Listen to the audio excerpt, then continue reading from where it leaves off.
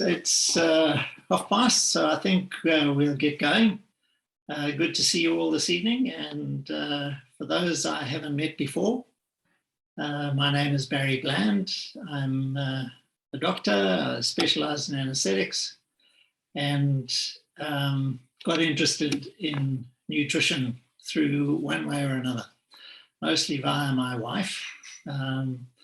And she got hold of the products, and I could not really see myself doing anything with them or using them.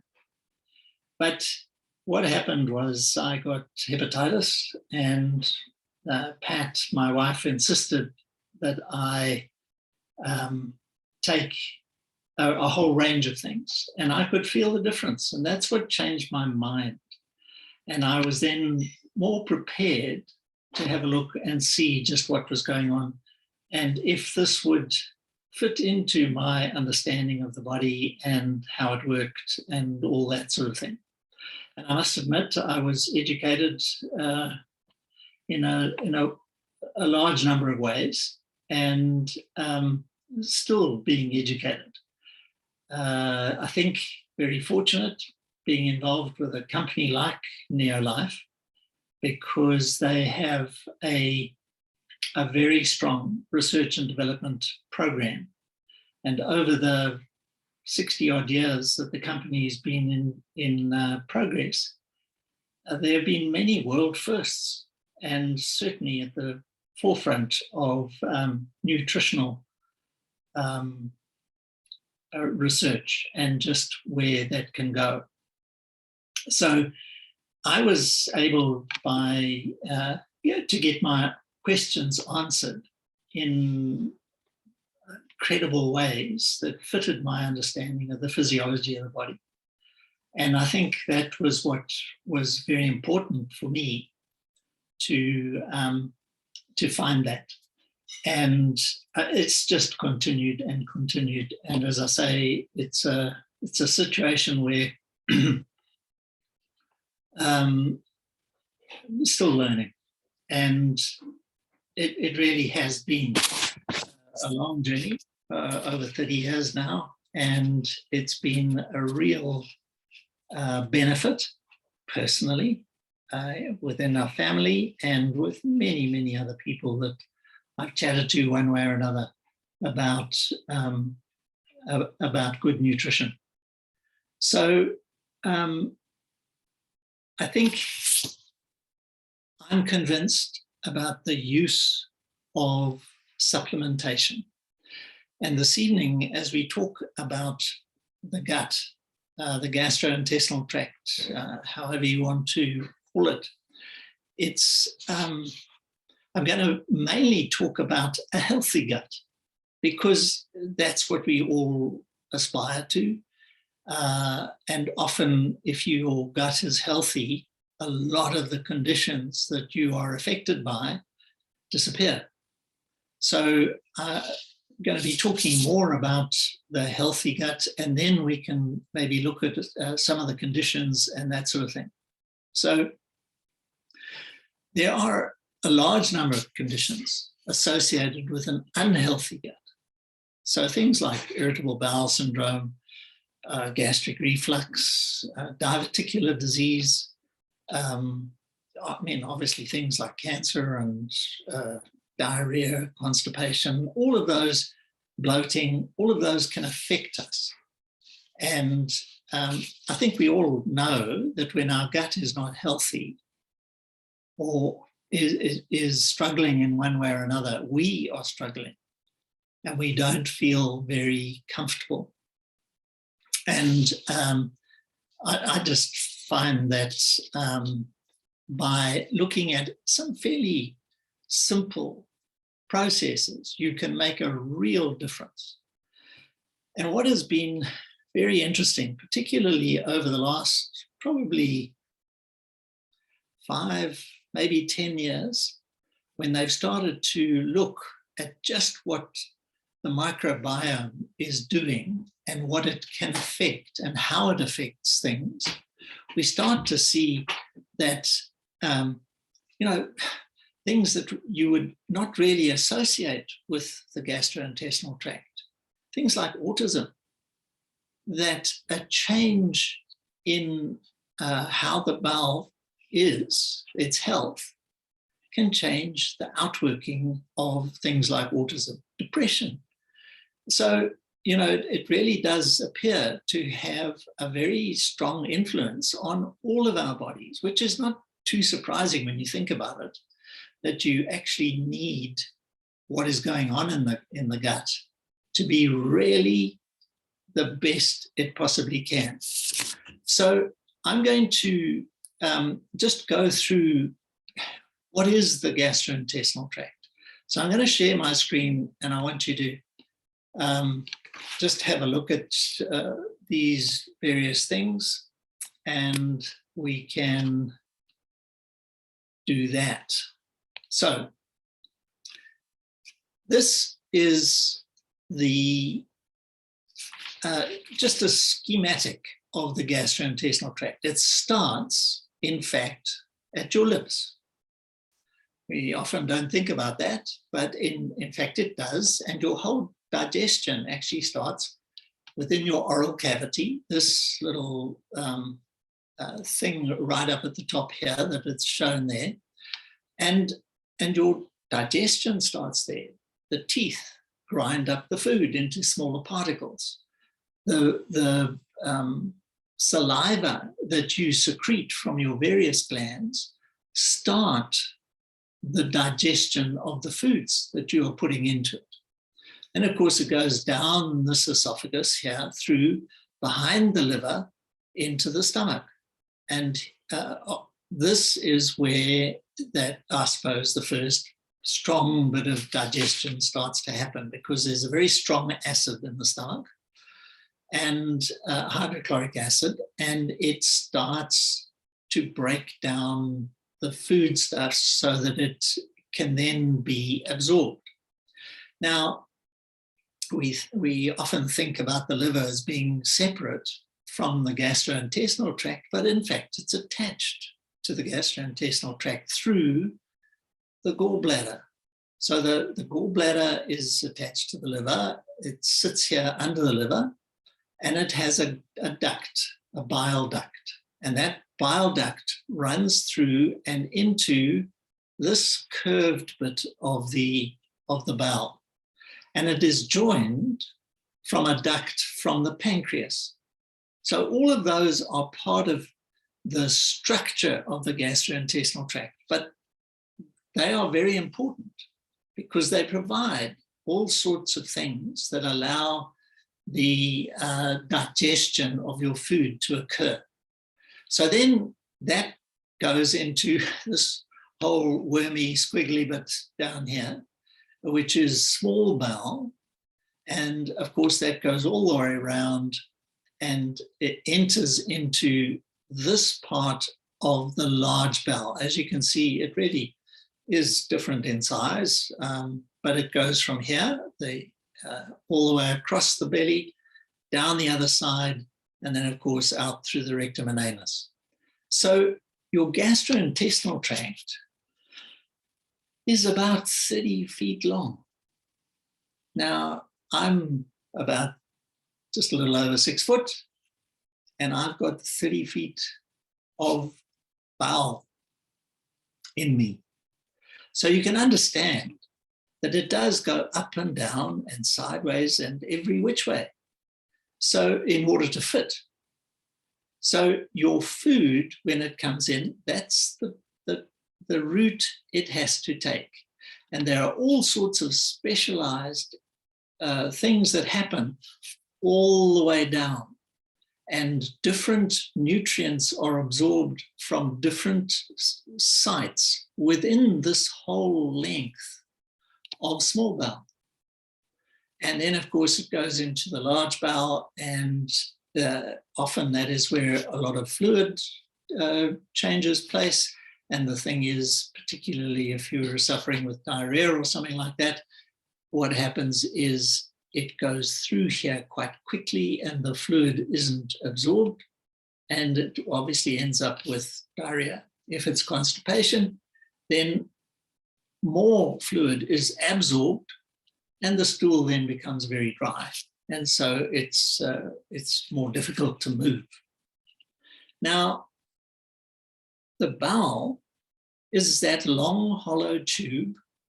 And although this is one section of the bowel, most of it is similar, mostly. And so it's a long, hollow tube.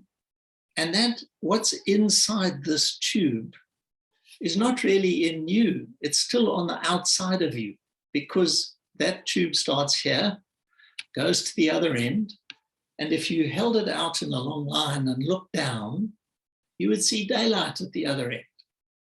So this, whatever is in here, is not really in you until it passes through these cells here into the blood. And so you can understand that your nutrition is absorbed that way, but also things that can be detrimental to you,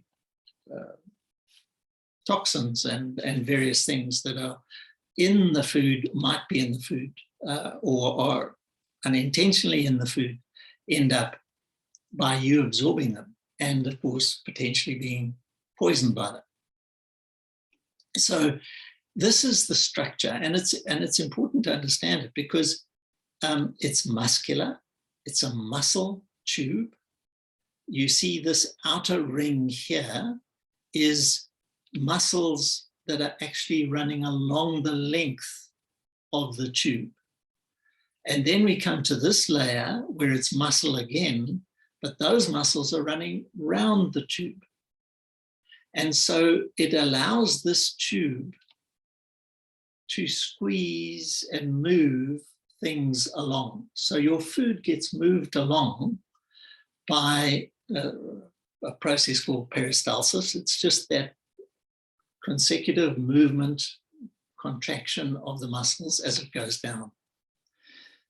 But one of the things that we've always known, but not really kind of understood just how important it is, but there are two layers of nerves.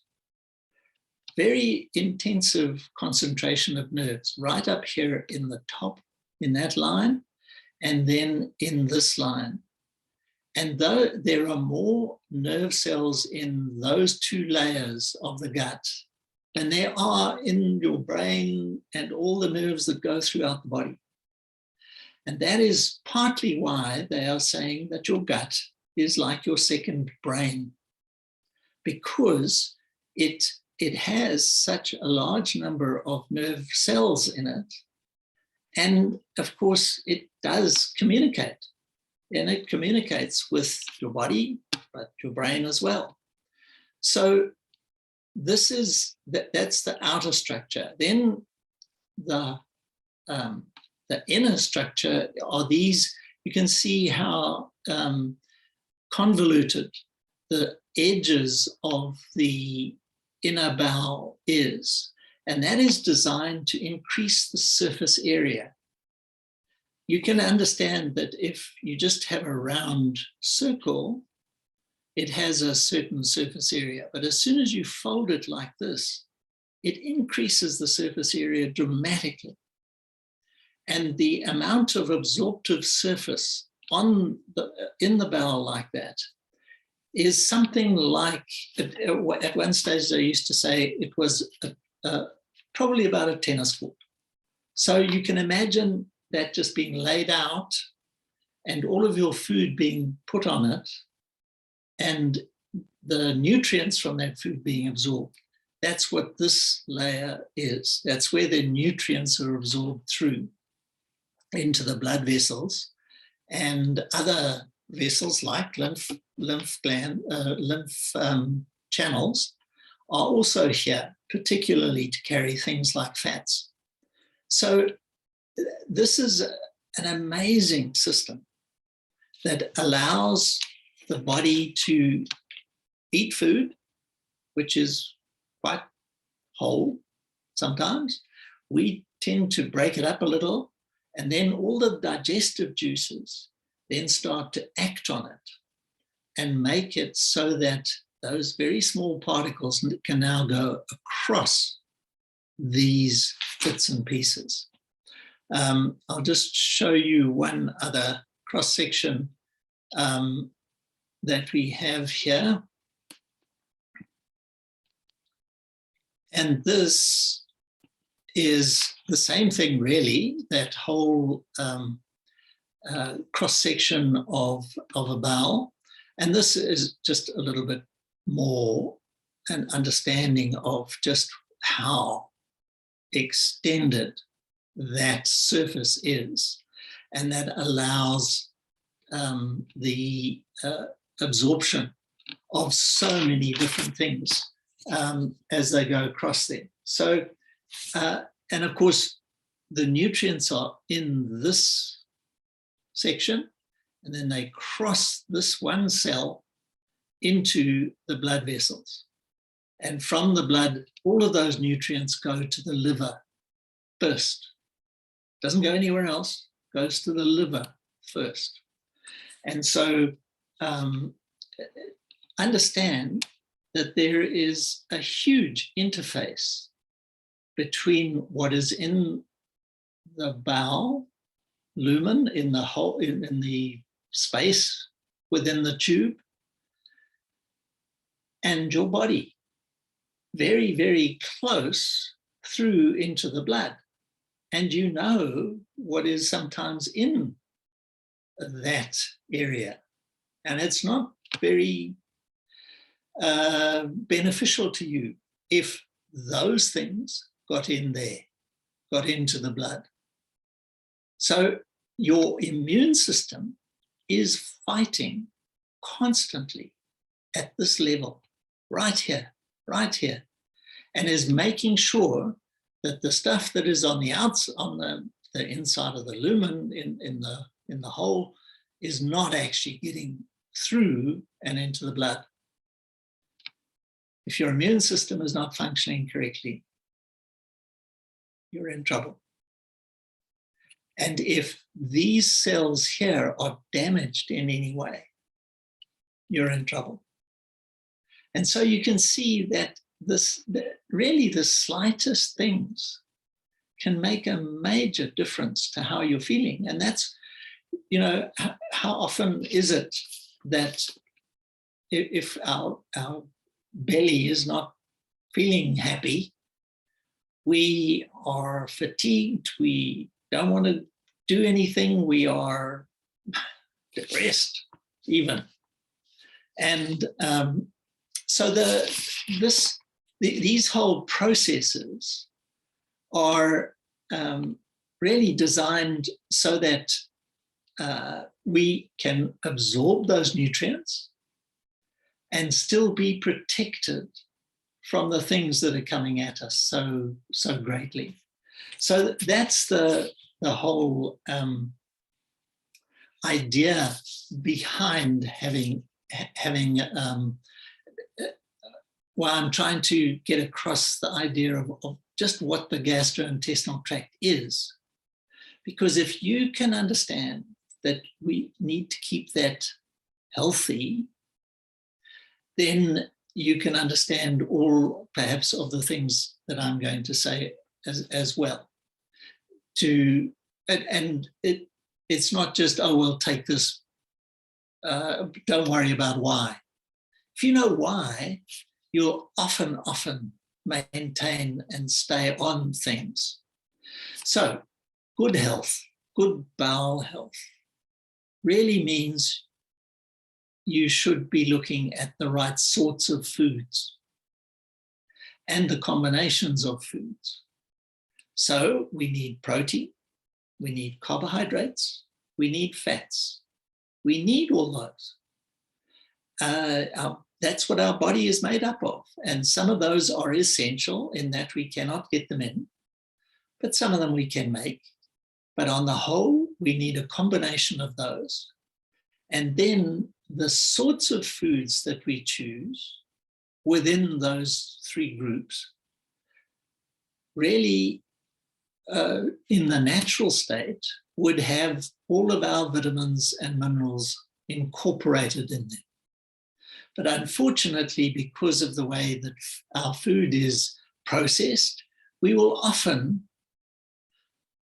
not get enough of those essential vitamins and minerals. And in the end, it really is why I've come to the conclusion that we need to supplement in order to cover the gaps that are often in our food sources. So the first is the right sorts of foods into that gut.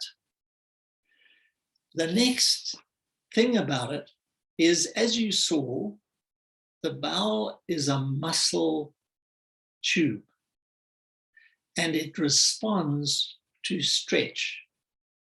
So when it is stretched, its reflex is to squeeze down. So when you put food in at the top, that swallow mechanism is all still part of the same deal that goes down. But then as it goes into the small bowel, it stretches it. And so its response is to squeeze down, and then that starts the peristaltic movement, that movement of food, which tumbles the food, mixes it with the juices from the liver and the pancreas, and you start to break down the food into small enough particles so that you can actually absorb it. And so once you've absorbed it, you are getting the benefit from it. But it needs that stretch to start the process. Now, what happens to a large extent in our Western style diets is that we have a very low residue diet. Once you've absorbed the liquids, the carbohydrates, and often the fats out of your food, there's not very much left. And so that bowel, instead of it being stretched, is kind of collapsed and doesn't really move that well. And so that would promote towards things like constipation, irritable bowel, because once the bowel is not functioning correctly, what can happen is that it will start working down here, and instead of going onwards down, it starts going back up. And as you can imagine, if there's something going this way and something going that way, you get a pressure buildup as they come together, and that's uncomfortable. So you're trying to prevent that happening. And the best possible way to do that is to have enough fiber in your diet, and all types of fiber. Now, Neolife has a number of sources of really effective fiber. There are tablets, there's the multi-fiber blend, and also the Neolife shake contains fiber, that dietary fiber that is important. And I also understand that fiber, there are a number of different fibers, soluble and insoluble. And you need both of them, both types of fibers, in order for the bowel to function correctly. The soluble fibers form a gel, and they hold on to certain nutrients and let them out slowly, and also hold on to toxins and allow them to go all the way through the bowel so that you can get rid of it. And so it's important for the normal functioning of the bowel action. That whole 30 feet needs to be constantly on the move. And you can test this for yourself with your spouse or your child or your dog. Put your ear to their belly and you will hear gurgles. If you don't, that person's in trouble, literally.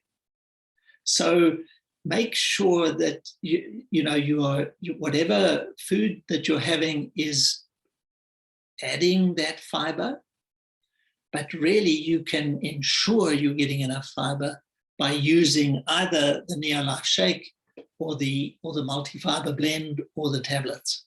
It's vital. It's part of the real basic effects of getting to the bottom of getting the bowel functioning correctly. So that's the one aspect of bowel health that for all of us, we need to make sure we are doing. The other is the bacteria that are in the bowel. Now, we often think of bacteria in a negative connotation, but in fact, bacteria are important for normal digestion of our various foodstuffs, but also just to maintain the good health of our bowel by breaking down some of those things. And that particularly is where the acidophilus is so important.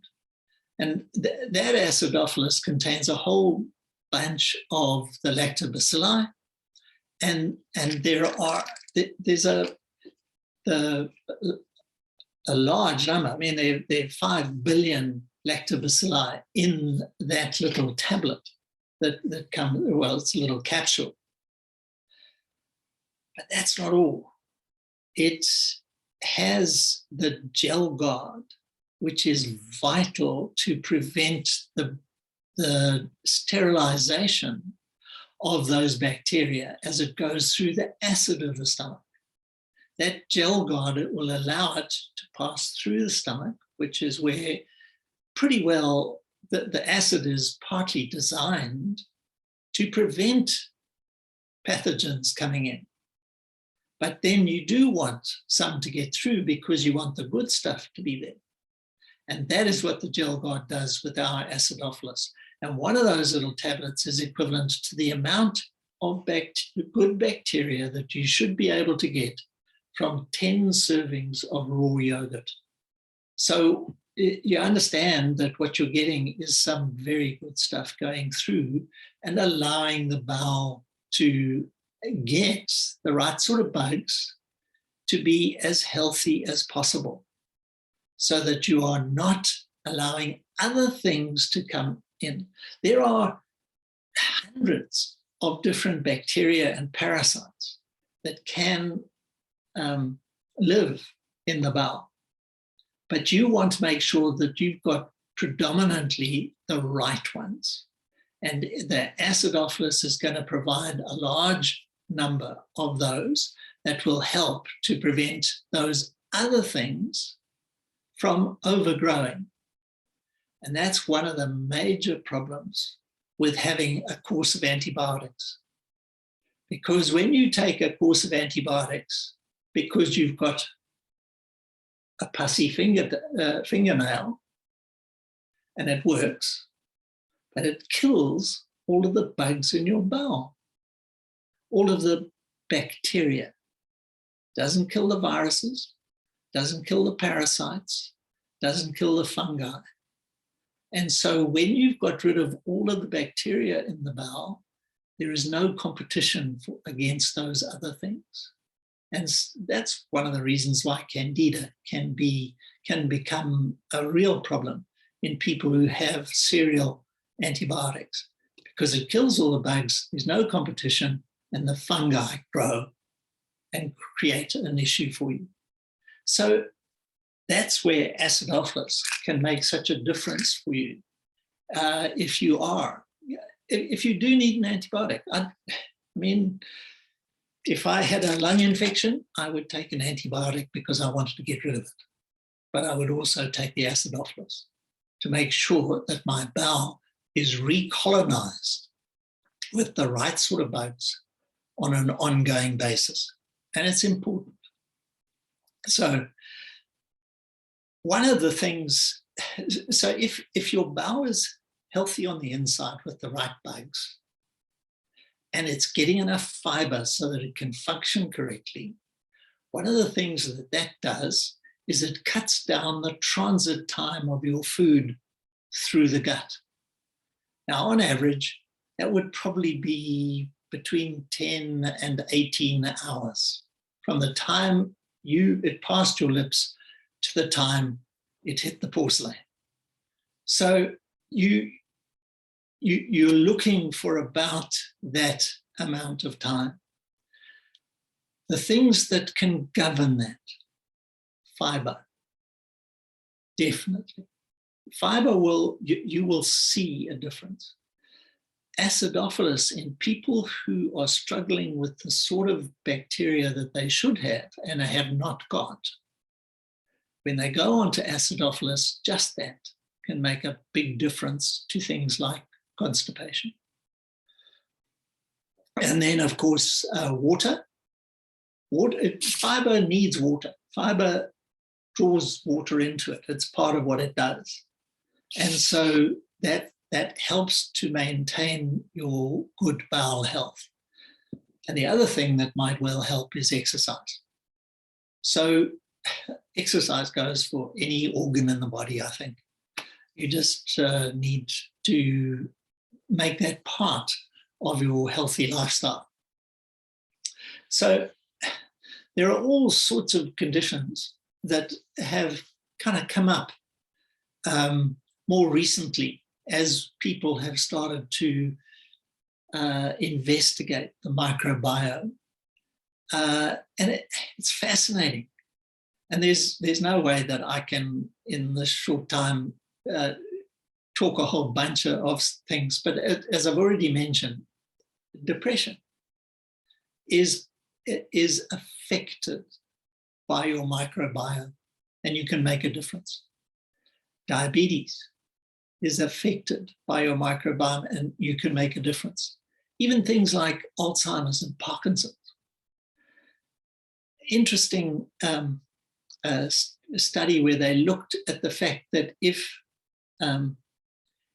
your bowel was not as healthy as possible, even if you then get lung infections, they are made worse because your bowel isn't healthy. So it has a knock-on effect in so many different ways. Obesity, cholesterol. I've already talked about the thrush, the candida, the fungi that can overgrow if you're onto antibiotics. And we've known that for quite a long time, but it really is a vast area. And I haven't talked about things like acid reflux and what happens in the liver and the pancreas and all those things. But,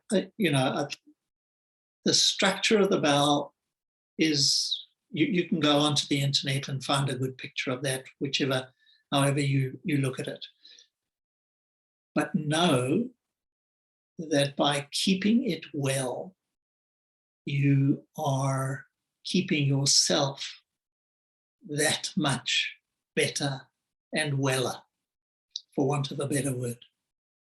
So just make sure that you're at least getting fiber and acidophilus constantly. There are so many other things that are important there, but and as I've said many, many times, I think in these talks, basic, foundational, solid nutrition is always important. Things like the Pro Vitality Packs and the protein NutriShake, Neolife Shake, Sports Shake. All of those are basic. They are foundational. But particularly for the gut, you will often find that a large number of the issues that you have will improve on just those two things. I'm going to stop there, and if there are any questions, I would be happy to answer.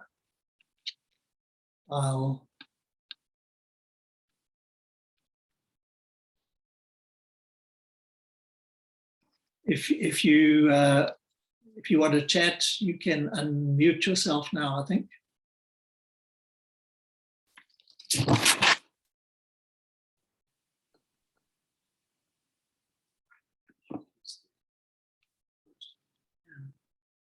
Are there any questions, guys? Have you got some questions? I'm sure you must have.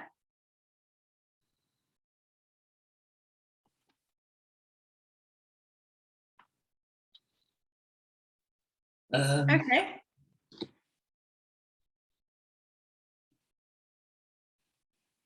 I thought I had, okay, let me turn that off. Oh, here we are. What about gluten? Will acidophilus assist with asthma? Two questions there. Asthma. Asthma. Yeah, Lynn says, will acidophilus help with asthma? Or will asthma be helped with acidophilus? And there is another question, what about gluten? Okay.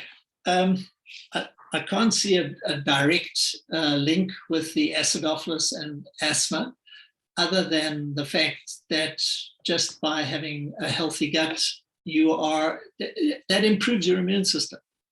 And part of what you're doing, particularly if you're looking to help with asthma with carotenoids or something like that, it's going to make a difference in your immune system and keep the asthma better under control. As far as gluten is concerned, understand that is not an allergy. It is a sensitivity. And if you have a healthy gut with the right sort of bacteria in there, and you have a healthy liver and a pancreas, you will break down that gluten to a point where it is not an issue for you. So I certainly wouldn't go on to acidophilus and protein and say, okay, I can start my gluten.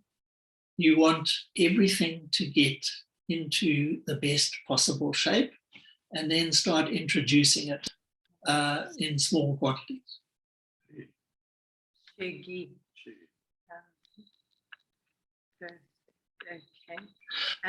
Sorry, one other thing, just with the asthma, there was a study done in kids who,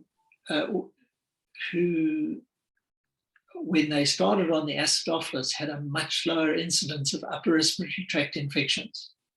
Now, if that is a factor in that particular person's asthma attacks, then it might well be of benefit.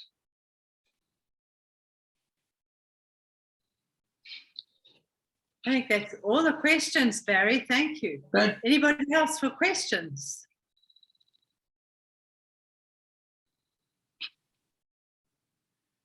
That's great. Looks like we're going well. Yeah, and I think it does it affect not directly but indirectly, does it affect like eczema and that sort of thing? I am sure it would. Eczema is exacerbated by stress, and we know what stress does to the gut. You can feel stress. It's, minimal stuff like butterflies, but all the way through to irritable bowel and acid reflux and all those things. So I'm sure that having a healthy gut is going to just be less. The eczema is likely to be less severe. In fact, I was reading just the last couple of days, some of the things that the bacteria is doing is breaking down the food, particularly if it stays in the bowel for a long time. In other words, if the transit time is longer than that 10 to 18 hours, it starts to, in my mind, I would say it putrefies, it becomes putrid. And therefore, but apparently, microscopically, bacterially, it actually breaks down the cells into noxious particles, which they are then now finding that it affects all sorts of things. The brain is one of them, because the particles are so small, they enter into the blood and they are doing all sorts of bad stuff. So I wouldn't be surprised that things like eczema would be improved by improving the health of the gut. That's great. And then there's Jill was asking, how does acidophilus help Parkinson's? Well, you've just almost answered that now through the brain.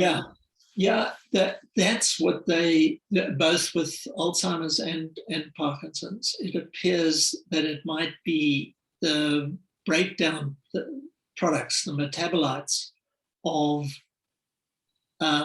stasis of food in the bowel. In other words, it stays there longer. It gets broken down more and more and more, and those small particles create a problem. And if it's ongoing through a lifetime, then it's even more possible. Yeah.